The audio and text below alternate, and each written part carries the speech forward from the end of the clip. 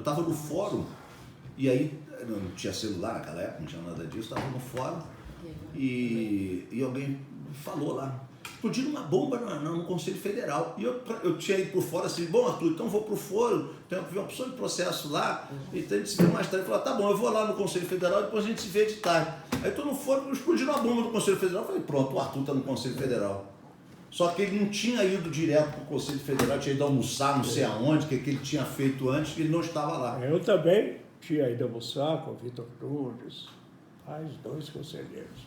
E víamos já na esquina, frente à ordem, quando subimos, tá? Já.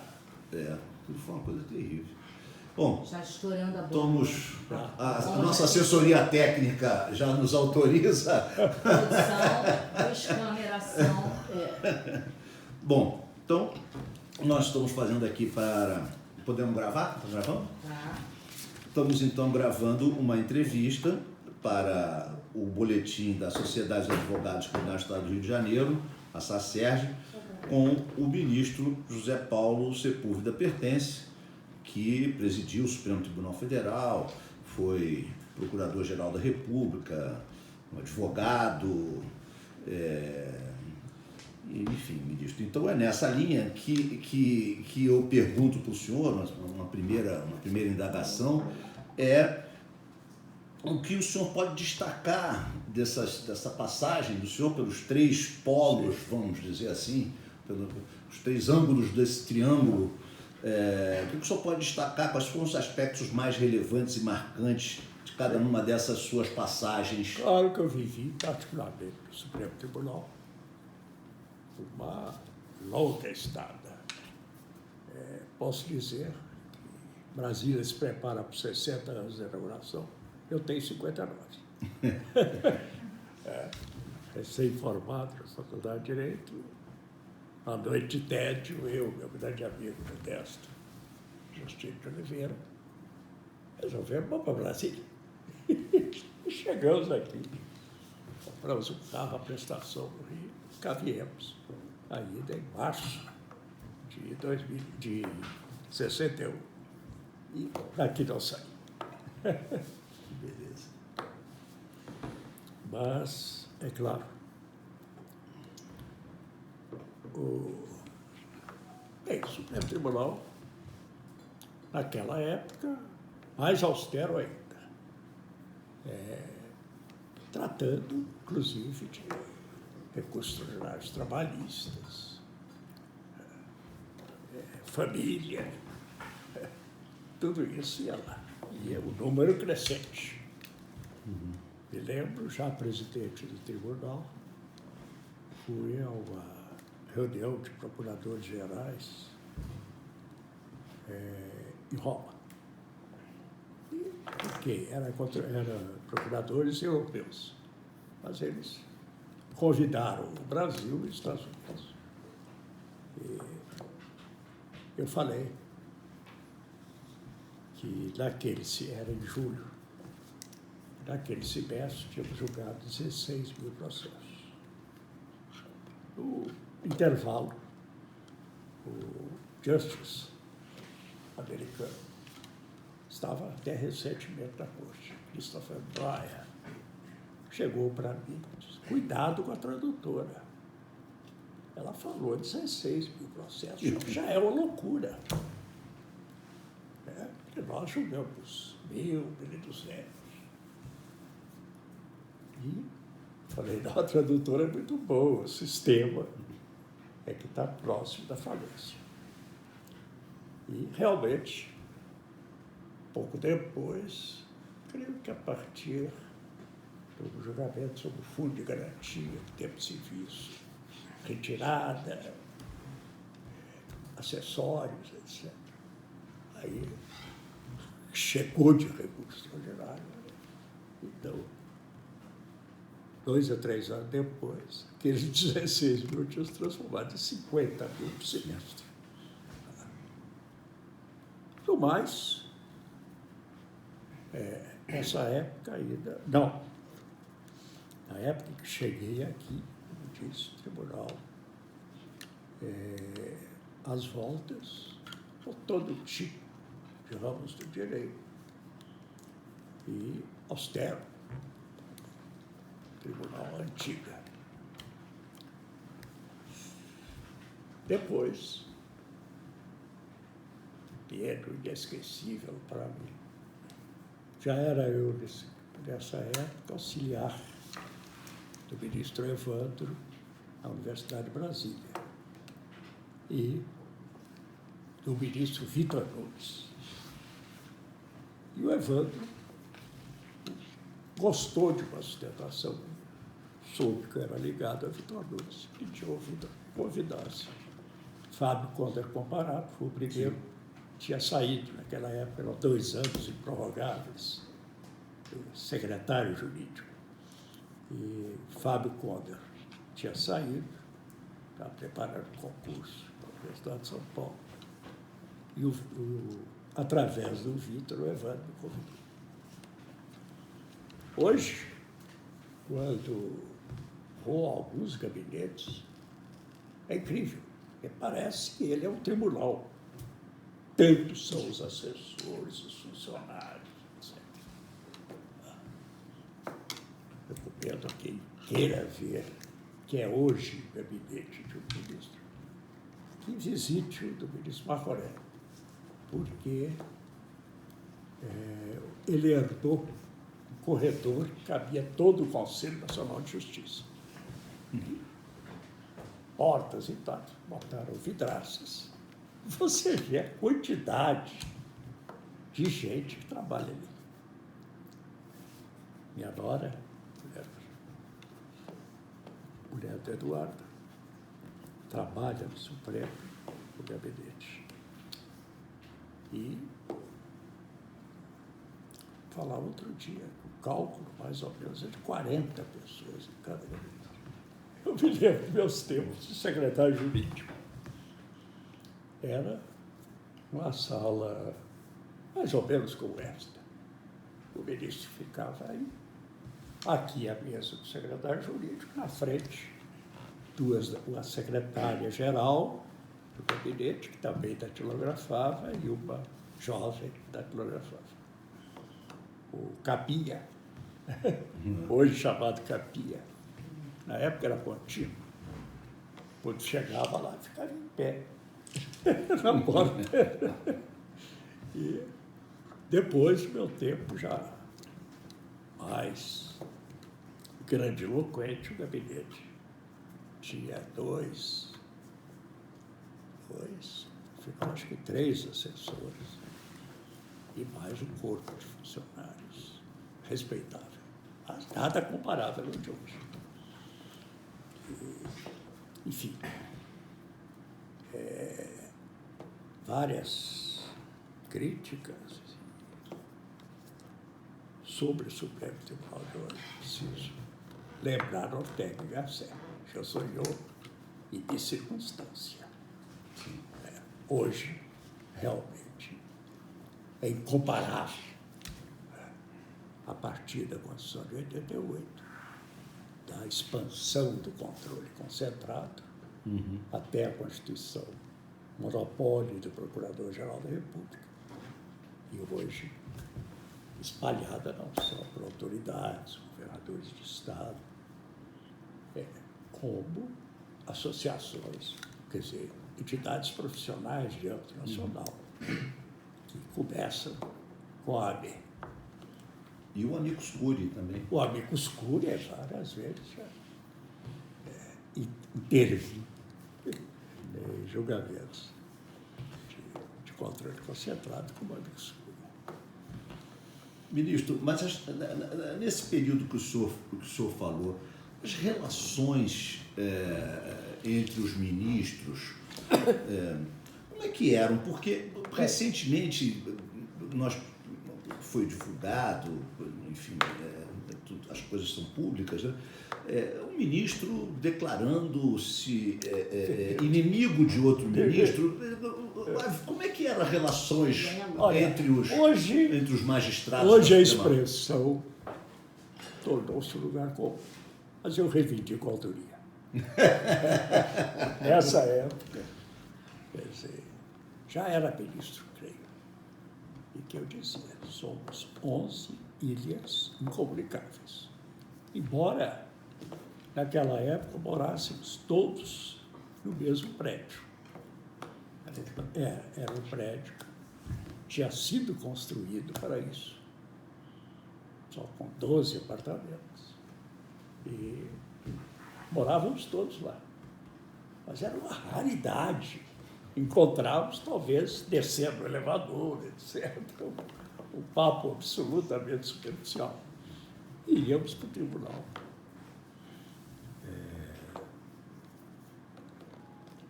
Por exemplo, já o público reclamava sessões administrativas, que realmente se falava, no caso, mais difícil, mais espinhoso que teríamos na próxima sessão plenária. E havia uma grande curiosidade. Por exemplo, o primeiro mandado de segurança, no caso Collor, a única combinação da sessão administrativa foi o seguinte: não vai a pena a parte. O caso é muito delicado. É uma antecipação da TV Justiça. Ia ser transmitido por rádios. E combinamos, não há parte. E assim foi tranquilo a sessão. Muito bem, ministro. Hoje, realmente, as ilhas se comunicam, às vezes se chocam. Se movem. Bem, Dizem alguns que é consequência da TV Justiça. Pode ser que ela tenha influído. Me lembro, logo depois de posta em funcionamento a TV Justiça e a transmissão ao vivo dos debates, repetida a partir da meia-noite, Moreira Alves, vigorosamente contra. Você disse, Moreira é irreversível. E citei. E, recentemente, quer dizer, pouco antes, um check-up no INCOR de São Paulo, e conheci um médico nomeado Jateno, que me disse que chegava cansado em casa, depois de não sei quantas cirurgias. E um dia ligou, caiu na TV Justiça. Disse, maravilhoso! Costumo ter insônia, eu chego em casa, ligo na TV Justiça, me divido no debate com vocês. Falei, é irreversível. Isso pode ter influenciado no tamanho dos votos e, às vezes, em discussões bravas. Então, as ilhas passaram a comunicar-se. E, muitas vezes, a chocar-se. Bom, ministro, então vamos sair um pouquinho do Supremo. Levando em consideração que o senhor teve uma participação importante na Constituinte e posteriormente para a edição da lei orgânica respectiva, contribuindo para que o Ministério Público tivesse a feição que tem hoje, e também considerando, por outro lado, que, em certa ocasião, numa outra entrevista, o senhor teria dito que havia criado um monstro. A pergunta é a seguinte: como é que o senhor vê hoje o Ministério Público Federal, especialmente no que tange a sua atuação em forma de força-tarefa, uma nomenclatura de origem militar nessa Operação Lava Jato? Como é que o senhor vê esses jovens procuradores, esse ímpeto? Explica para a gente. Influência que eu possa ter tido na Constituinte seria muito pretensioso que eu tivesse influído. Às vezes discutia, às vezes à noite, ia para a gráfica do Senado, onde vinham as emendas e tal. Botava a boca no mundo. Mas a influência realmente foi na Comissão Afonso Arias. Pensada por Tancredo para ter 5, 7 membros. No final teve 50. Gente... Os notáveis, não? Era A os comissão aniversários dos notáveis. falavam comissão dos notáveis. Comissão dos notáveis, que chamavam. E foi uma comissão fascinante. E aí sim, Procurador-Geral da República. Eu tive realmente participação grande no esboço do projeto do Ministério Público. O anteprojeto da Comissão Arinos, costumo dizer, é um dos documentos mais copiados e mais criticados da história do Brasil. A partir dessa denominação de comissão dos notáveis, etc.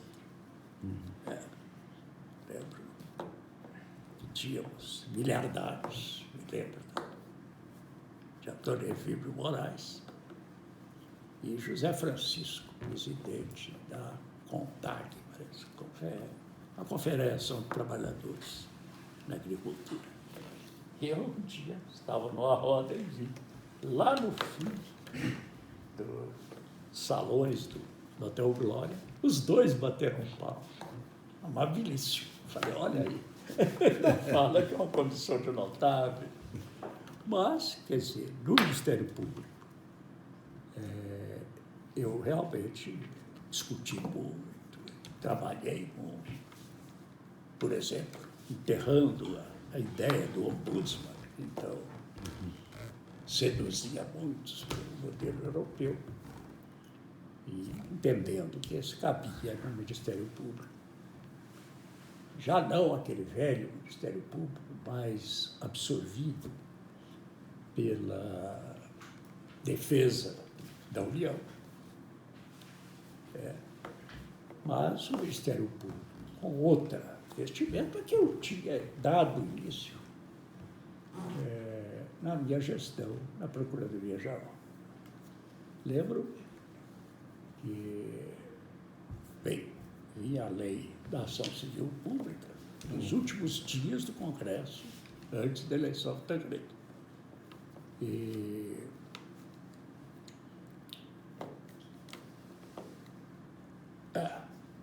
E esse, então, Sarney, na presidência, e quando veio aqui, defesa do meio ambiente, e, no final, dos direitos e interesses difusos. E houve muito debate interno no Palácio, vetar tudo. E um dia o presidente me ligou, dizendo, vou votar a sua lei. Não tinha nada a ver com ela, mas vou sancionar. Menos esse negócio e outros interesses difusos. Por que, presidente? Você imaginou? O João vai casar com a Maria lá em Barra do Corda e o promotor implica com o casamento, talvez gostasse de namorar a noiva. E o promotor entra com uma ação de defesa de interesses difusos. Isso eu não sei. Depois, o Código Consumidor, já na gestão, sabe, veio consagrar amplamente a extensão da ação de interesses difusos e com o Ministério Público como uma personagem legitimado, fundamental do Instituto. Estamos falando da Força-Tarefa. Assim, isso tem um longa trajetória. Você se referiu a uma expressão que foi verdadeira, uma conversa cordial com o presidente. Afinal de contas, o presidente era amigo desde os meus tempos de Uni. E a casa de Zé Aparecido de Oliveira, então solteiro, era, ao mesmo tempo, o aparelho da Bossa Nova da UDN e do nosso grupinho da UNE, para discutir as posições a tomar no grupão. E Sarney era o mais jovem da Bossa Nova. Então, nos tornamos amigos, às vezes se encontravam os dois locatários do apartamento do Zé Aparecido. E às vezes tomamos um chopp e tal. Então, na última audiência com o procurador-geral, para entregar-lhe o pedido de exoneração e convidá-lo para a posse, a conversa muito amável. Falei, você me deixou solto. Eu não sou Golbery, mas acho que criei um monstro. E o Sarney foi discreto e andou falando isso aí, em entrevistas, etc. E até hoje eu sou cobrado. Mas, quer dizer, as pretensões eram bem menores do que o Ministério Público de hoje. Primeiro, éramos 300 ou 400 procuradores pelo Brasil todo. Hoje são militantes. E essa expressão, a que você aludiu, de força-tarefa, realmente era impensável. Menos ainda a concentração da ação, das investigações e da competência jurisdicional numa cidade. Que, na verdade, foi quando se começou a discutir, enfim, os processos contra o Larinho Branco. E o primeiro foi de um homem que estaria implicado na falência do Banco do Estado do Paraná. E por isso foi para Curitiba. Era lógico. Hoje eu não sei qual é o critério. Parece que está havendo, o Supremo está dando uma recuada agora. Já mandando os processos que não se julga competente, e a competência originária do Supremo foi muito diminuída nos últimos anos. A prerrogativa de função limitada aos processos no exercício do mandato, por exemplo, de parlamentares, e em função do mandato que lhe dava o foro especial, foro prerrogativo de função.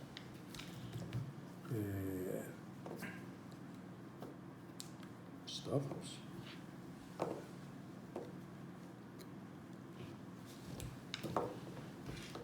Desculpa, velhos tempos. Bom, Mas estava falando. Você está me falando que o Supremo passou a mandar para outros. Sim. outras. Exato. E agora, você já vê decisões do Supremo, mandaram para São Paulo, mandaram para Brasília. Rio. Alguns criando também forças tarefas. cada estado tem a sua. Várias. Como tinha nos tempos, Força-tarefa para delação, né, ministro? sobretudo para a delação. E com alguns testemunhos dos delatores arrependidos, muitas vezes insinuando, ou quase impondo para a aceitação do acordo de delação premiada, que se incriminasse alguma personalidade, sobretudo políticos, diretores de empresas estatais, etc. Todos sabem o que aconteceu. Ministro, aproveitando esse fio da delação premiada, algumas décadas para cá, e agora mais intensamente, o Brasil tem recepcionado uma série de institutos de origem anglo-saxônica, e Sim. a delação premiada é um deles, e agora vem aí o plea bargaining. Como é que o senhor vê essa norte-americanização do nosso direito? Enfim, me parece muito preocupante, por exemplo, a questão da delação premiada, que nos Estados Unidos costuma ser de baixo para cima, ou seja, um executor de crimes indica os seus mandantes, etc. Aqui a gente vê o contrário. Quer dizer, você é o presidente de uma grande empresa fazendo uma delação premiada, entregando para dar os seus inferiores, os seus subordinados. Então, ou políticos amigos. Ou políticos. Como é que o senhor vê essa... Posso falar de um cliente? Sim. Como é que o senhor vê essa Esses norte-americana? processos são absolutamente ridículos. Ainda agora, não preciso falar o nome, mas o caso do apartamento triplex já estava posto em dado em garantia à Caixa Econômica, que acaba de vender. Nunca foi do ex-presidente da República. Essa é uma barbaridade. Bom, vamos ver aqui. Sim.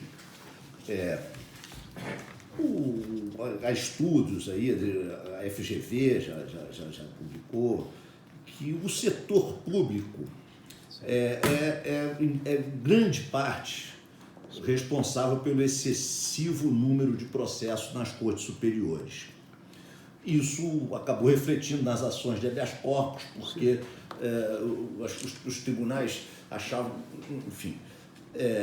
Agora, cerca de uma semana, a imprensa noticiou que o STJ está fazendo um acordo com a Fazenda Nacional visando a desistência de muitas dessas ações. O senhor acredita que essa providência vai restaurar a dignidade? Hoje os números são outros. Mas eu cheguei a ter, perdoe a expressão, a força-tarefa da Caixa Econômica, lá no Supremo, vendo processos interessavam, ou processos repetitivos. Não creio. E aí uma série de coisas que permita voltar à atualidade.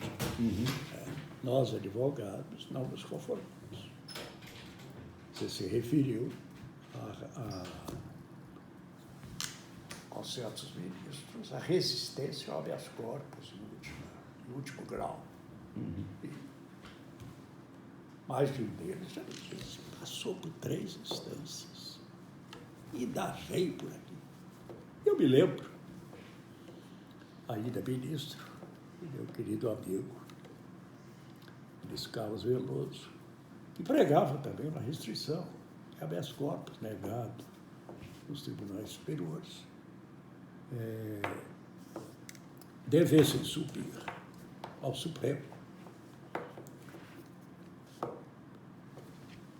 apenas por recurso extraordinário, com todos os óbices, estreiteza natural dos pressupostos do recurso extraordinário. Eu brinquei com o Veloso. Veloso, você acha que a história do Supremo, os momentos mais grandiosos da história do Supremo, foi feita discutindo substituição tributária para sempre, para cima, para baixo, para o lado? Ou foi feita nos habeas corpus? E realmente essa possibilidade, desde o início da República, de o próprio interessado vir com habeas corpus, sucessivas instâncias, e chegar ao Supremo. E muitas vezes, se a matéria é nova, se o caso é específico, levado ao plenário, ou pelo menos à turma. E essa resistência, é claro, que com a minha trajetória, criminalista meio frustrado,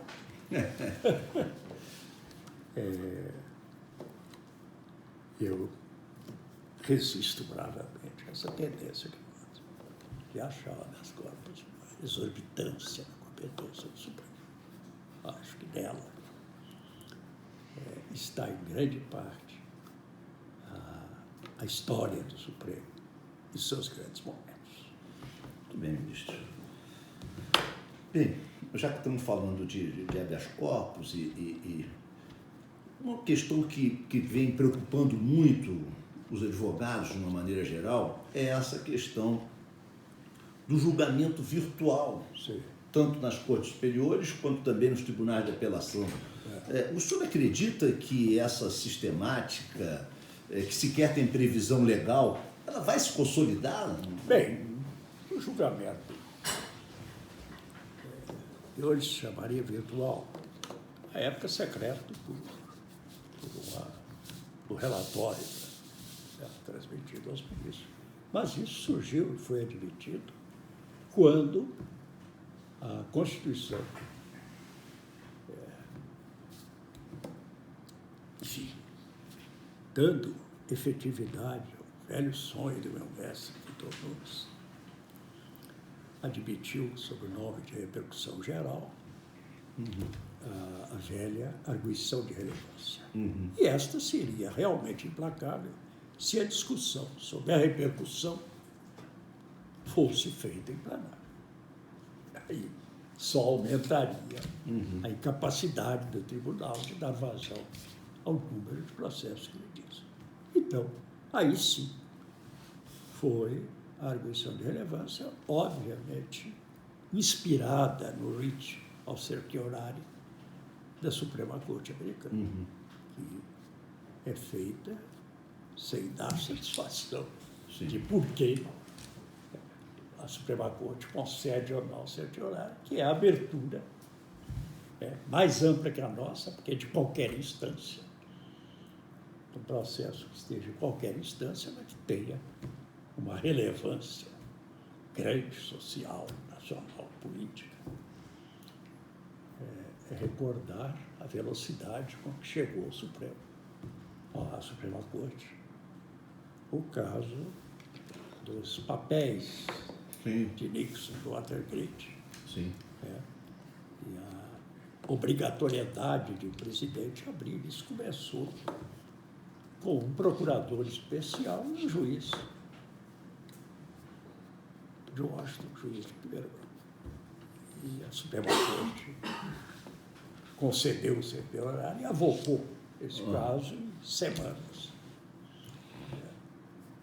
Concluiu pela obrigatoriedade do presidente de entregar esses papéis, dado que eram gravações do seu gabinete sobre assuntos presidenciais, e que levou à renúncia do presidente Nixon. Ministro, uma última pergunta aqui. Olha que a Carmen tem outra. A Carmen está aqui. Não. Então não é a última. Mas a última dessa relação que a gente... enfim, esse guia, vamos dizer aqui, que nós fizemos. A pergunta é a seguinte, ministro. O Supremo Tribunal tem, por característica, como todas as cortes constitucionais, característica de ser contramajoritária. Sim. Mas, ainda quando a Corte Suprema age arranhando ou ofendendo o princípio da reserva legal?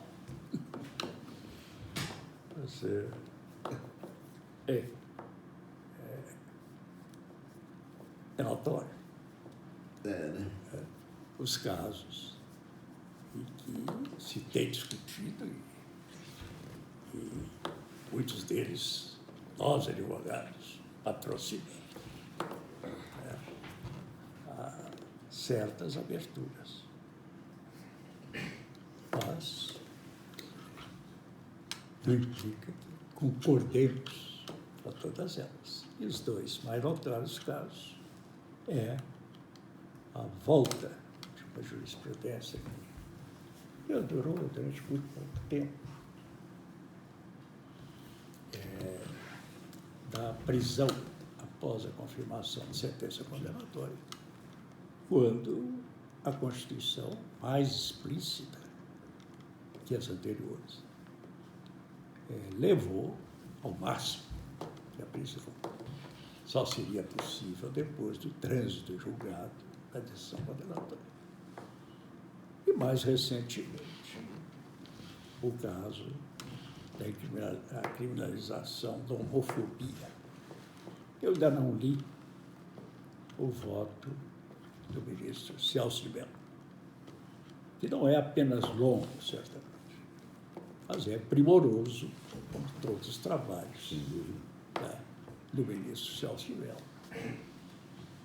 E eu ainda não li, então dá palpite, mas realmente espanta a primeira vista que se tenha equiparado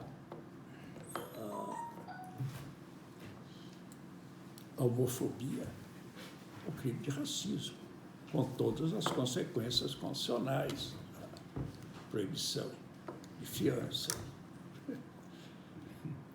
E a analogia, né? Sim, aplicando, ainda que haja analogia, no caso, explicitamente a reserva de lei. Mas, como disse, eu ainda não conheço o voto de Celso e vou conhecer. Certamente será proveitoso intelectualmente. O senhor, essa é uma pergunta que me veio aqui agora. O senhor tocou no assunto e realmente eu um assunto, um tema candente e que, enfim, por uma razão qualquer, não coloquei nesse nosso guia aqui, dessa entrevista, que é exatamente essa questão da proibição constitucional da prisão antes do trânsito julgado, ou da banalização da prisão preventiva, da prisão... e que nós vimos, por exemplo, nessa tragédia de Manaus recentemente, metade daqueles 55 presos que morreram eram presos provisórios, não tinham sentença penal condenatória. Portanto, eram inocentes. Pelo que a gente intui, do Brasil inteiro, há mais presos sim, provisórios do que condenados. Essa questão é muito difícil. Mas é muito difícil.